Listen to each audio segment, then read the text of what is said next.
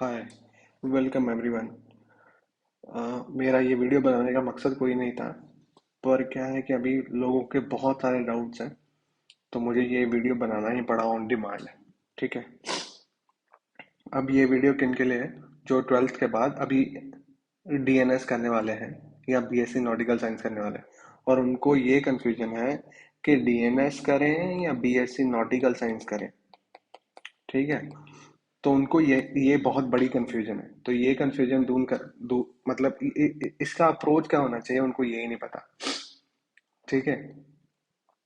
तो इसको शुरू करते हैं। जो भी ट्वेल्थ पास आउट हो रहा है इस साल 2024 में।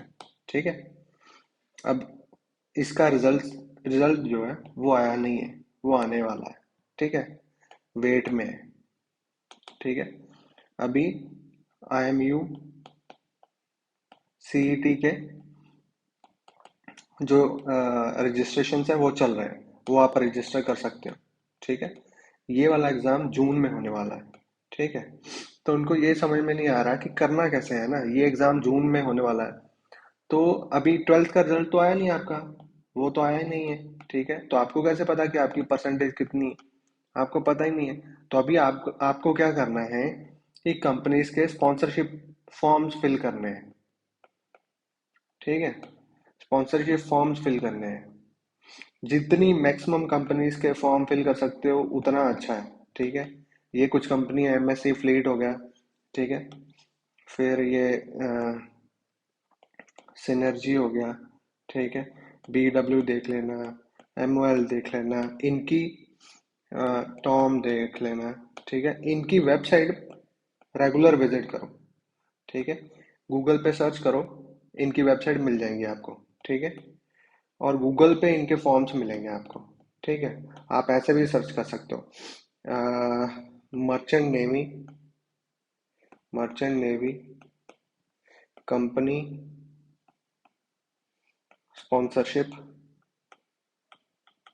फॉर्म्स या रजिस्ट्रेशंस।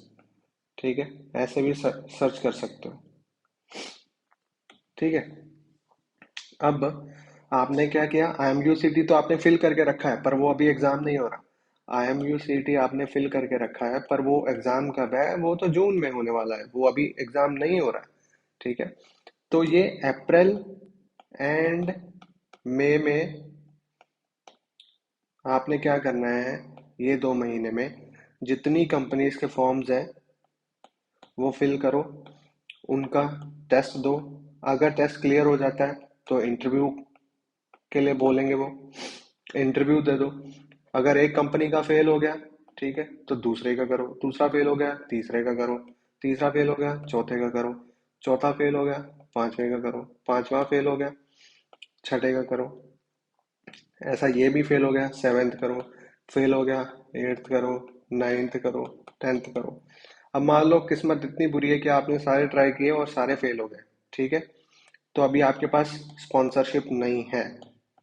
ठीक है। आपके पास स्पॉन्सरशिप नहीं है। ठीक है। तो डीएनएस में एडमिशन लेने के लिए क्या चाहिए आपको? आपको चाहिए आईएमयू सीटी प्लस स्पॉन्सरशिप लेटर, जो कि कहाँ से मिलनी थी? वो कंपनी से मिलनी थी। वो लेटर कैसे मिलती है? लेटर जब आप टेस्ट कंपनी का क्लियर कर देते हो प्लस इंटरव्यू क्लियर कर देते हो। कुछ कंपनीज जैसे आपका इंटरव्यू क्लियर होता है तुरंत आपका मेडिकल भी करवा लेते हैं, वो चेक करते हैं कि हमने जो कैंडिडेट हायर किया वो हमारे फायदे का भी है या ऐसे ही है। तो ये तीन चीजें, ये एक दो तीन चीजें देख के कंपनी आपको एक स्पॉन्सरशिप लेटर दे देती है। स्पॉन्सरशिप लेटर का मतलब ये है कि कंपनी ने आपको प्लेसमेंट दे दिया, आपको जॉब दे दिया है। ठीक है। अब जो जहाँ पे जो डीजी अप्रूव्ड जैसे कॉलेज है, ये कौन से कॉलेज है? तोलानी सबसे बेस्ट है। ठीक है। तोलानी के पास प्लेसमेंट मतलब तोलानी का करिकुलम ही इतना अच्छा है, तोलानी सबसे बेस्ट है। अब जब आपका स्पॉन्सरशिप आ ही गया है तो आपको सिर्फ डीजी अप्रूव्ड कॉलेज से कोर्स करना है ना, क्योंकि नौकरी तो आपके हाथ में, प्लेसमेंट तो आपका हो गया। ठीक है। तोलानी हो गया, एंग्लो हो गया। ठीक है। HIMT हो गया। ठीक है। IMU के कुछ कैंपस हैं कोलकाता। ठीक है। मुंबई, किसी भी डीजी अप्रूव कॉलेज में जाके डीएनएस के एडमिशन के लिए आपको चाहिए IMUCT प्लस लेटर। ठीक है, तो कोई भी डीजी अप्रूव्ड आपको ये डीएनएस का 1 साल का दे देगा, डिप्लोमा दे देगा।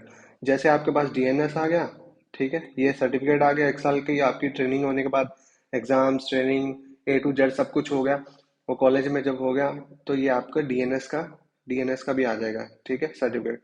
अब ये डीएनएस आपको जिस कंपनी ने आपको लेटर दी, मान लो एमएससी ने आपको स्पॉन्सरशिप लेटर दी, तो एमएससी के पास जाएंगे आप, ठीक है, उनको बोलेंगे कि हमारे पास डीएनएस हो गया हमारा, तो फिर वो लाइन अप कर देंगे आपको, ठीक है। लाइन अप मतलब कि आपका डॉक्यूमेंट रेडी करवाएंगे, आपका मेडिकल रेडी करवाएंगे, प्लस आपका वीजा, आपका एवरीथिंग सब कुछ रेडी करवाएंगे, और आपको शिप दे देंगे, अलॉट कर देंगे। तो मान लो कि जैसे आपका वो खत्म होता है 2025 में, ठीक है, तो आपको जून जुलाई अगस्त में आपको शिप पे चढ़ा देंगे। तो उसके बाद आप कब क्या जाओगे, एक डेक कैडेट जाओगे, ठीक है, एक डेक कैडेट जाओगे आप। ओके, अब मान लो कि आप ये वाले कैटेगरी में आ गए, यहाँ पे आपको कुछ भी नहीं मिला, ठीक है, तो अभी तो आपके पास स्पॉन्सरशिप लेटर नहीं है, तो आप डीएनएस नहीं ले सकते, ऑफिशियली आप डीएनएस नहीं ले सकते, क्योंकि आपके पास क्या है, IMUCT तो आपने दे दिया, और उसका आपके पास कुछ भी रैंक भी आ गया मान लो, तो और प्लस आपके पास ये स्पॉन्सरशिप लेटर नहीं है, ठीक है। फिर भी कुछ कॉलेजेस क्या करते हैं, आपको एडमिशन देने के लिए रेडी हो जाते हैं, ठीक है। उनको क्या जाता है, उनका तो 2 से 4 लाख का फीस है, ठीक है। मान लो 100 लोग हैं, 100 लोग हैं, 100 100 जने हैं, ठीक है।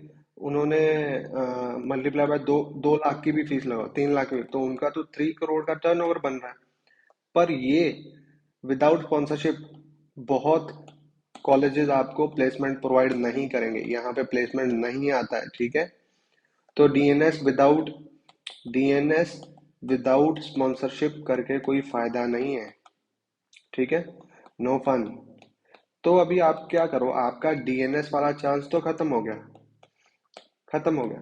तो आप क्या करो, सेम कॉलेज तोलानी, HIMT, ठीक है, देन एंग्लो, ठीक है, इन कॉलेजेस के पास जाओ, अपना IMUCT का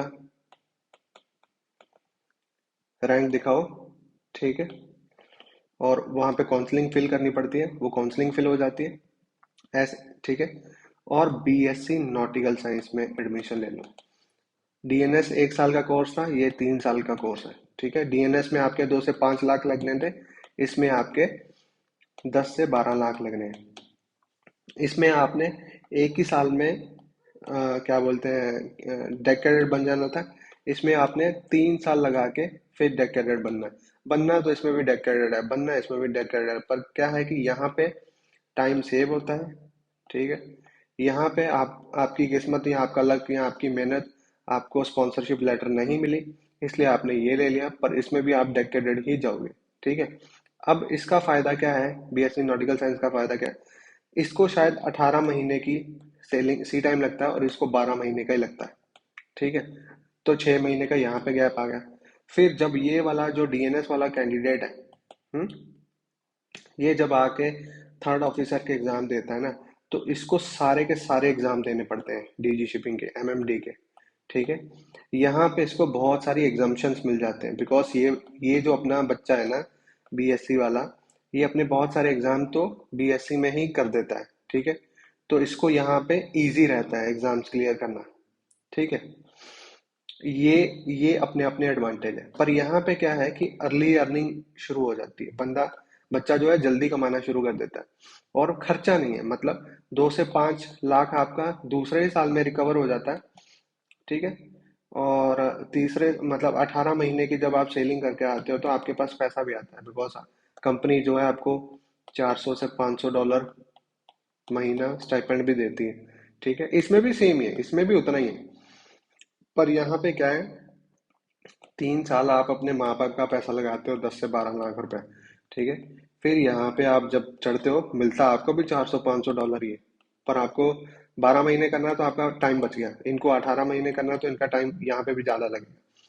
ये जब आएंगे, डीएनएस वाले जब आएंगे तो इनको ज़्यादा एग्ज़ाम देने हैं, इनको थोड़े कम एग्ज़ाम देने हैं, ठीक है। तो एट द एंड ये इक्वलाइज हो ही जाता है, ठीक है, ये दोनों इक्वलाइज आ ही जाते हैं, ठीक है। थोड़ा बहुत फर्क रहता है, एक आधे साल का फर्क रहता है, पर ये इक्वलाइज हो ही जाता है, ठीक है। तो अभी मेरा क्या कहना है, डीएनएस के लिए ट्राई आउट करो, ठीक है। हुआ तो हुआ, बहुत बढ़िया। नहीं हुआ तो बीएससी नॉटिकल तो हो गई, ठीक है। अब अगर आपके पास इतना पैसा है कि आप 2 से 5 या 10 से 12 लाख रुपए खर्च कर सकते हो, तो ये डेक कैडेट वाला फील्ड चूज करो, ठीक है। अब इसमें क्या है कि आप डेक कैडेट से बनोगे आगे 3rd ऑफिसर, इसके आगे बनोगे 2nd ऑफिसर, उसके बाद चीफ ऑफिसर, उसके बाद कैप्टन, ठीक है। कैप्टन बनते बनते आपको कम से कम 10 से 12 साल लग जाते हैं। इजी नहीं है, इसके बीच में जो एग्जाम है ना, वो एग्जाम इजी नहीं है, बिल्कुल भी नहीं।